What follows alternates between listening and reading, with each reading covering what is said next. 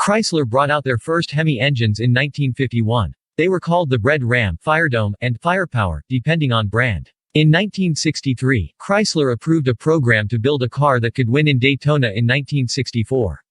They decided to go with Hemi designs rather than working further with the Wedge, because the Hemi was the cheapest and surest way to win. The Hemi head design was revived in 1964. These were the first engines officially designated Hemi. Just 11,000 Hemi engines were ultimately produced for consumer sale due to their relatively high cost and the sheer size of the engine bay required to fit it in. The 426 Hemi was nicknamed the Elephant engine, a reference to its high power, heavy weight and large physical dimensions. Its deck height and bore spacing made it the biggest engine in racing at the time. When the 426 Hemi was introduced in 1964, it was strictly a racing engine. On February 23 of that year, 4 Hemi-powered Mopars swept the Daytona 500, finishing first, second, third and fourth.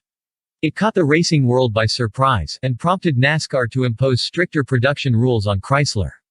Instead of producing a few blueprinted Hemi motors each production year, they would have to produce several thousand and sell them in street-legal cars. Chrysler was forced to sit out during the 1965 NASCAR season. The 426 Hemi was not allowed to compete in NASCAR's 1965 season due to its unavailability in production vehicles sold to the general public and because of complaints by Ford regarding its power.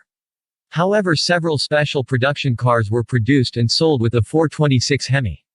These were the Dodge Dart and Plymouth Fury. Later in 1965 included the Dodge Coronet. Chrysler introduced the Street Hemi in 1966 for its intermediate range of cars and sold the required number of Hemi engines to the public to legitimize its use for NASCAR in 1966. The Street Hemi was similar to the race Hemi but with lower compression and lower lift camshaft, with iron exhaust manifolds instead of lighter steel long tube headers. The 426 Hemi, in Street Hemi form, ended up being produced for consumer automobiles from 1965 through 1971. The Street Hemi version was rated at 425 horsepower. The 426 Hemi was also used in NHRA and AHRA drag racing.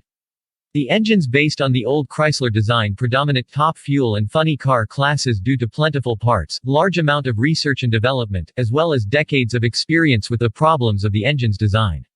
In drag racing today, the engine bears little resemblance to any engine produced by Chrysler. It is usually equipped with a large Roots-type supercharger and short individual exhaust pipes, and fueled with nitromethane. Yet this variant is used in top fuel, funny car, and pro-modified classes. During its 8-year production life, the Street 426 Hemi saw updated camshafts, more duration was added in 1968, and a hydraulic bumpstick was used beginning in 1970, but few other changes.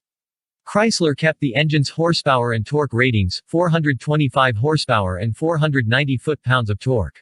The motor was essentially ruled out of NASCAR in the 1970s, and when emissions laws, production costs, and insurance surcharges ended the street version after 1971.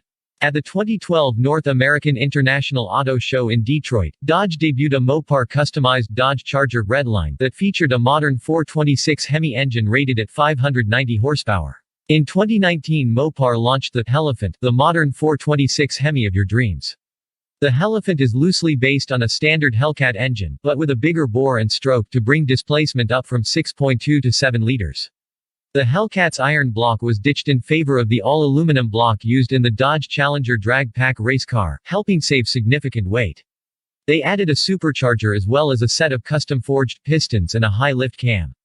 The valve train was borrowed from the engine used in the Dodge Challenger Demon. It isn't the original 426 Hemi but a version that will do for now until Dodge brings back the 426 Hemi into production cars once again.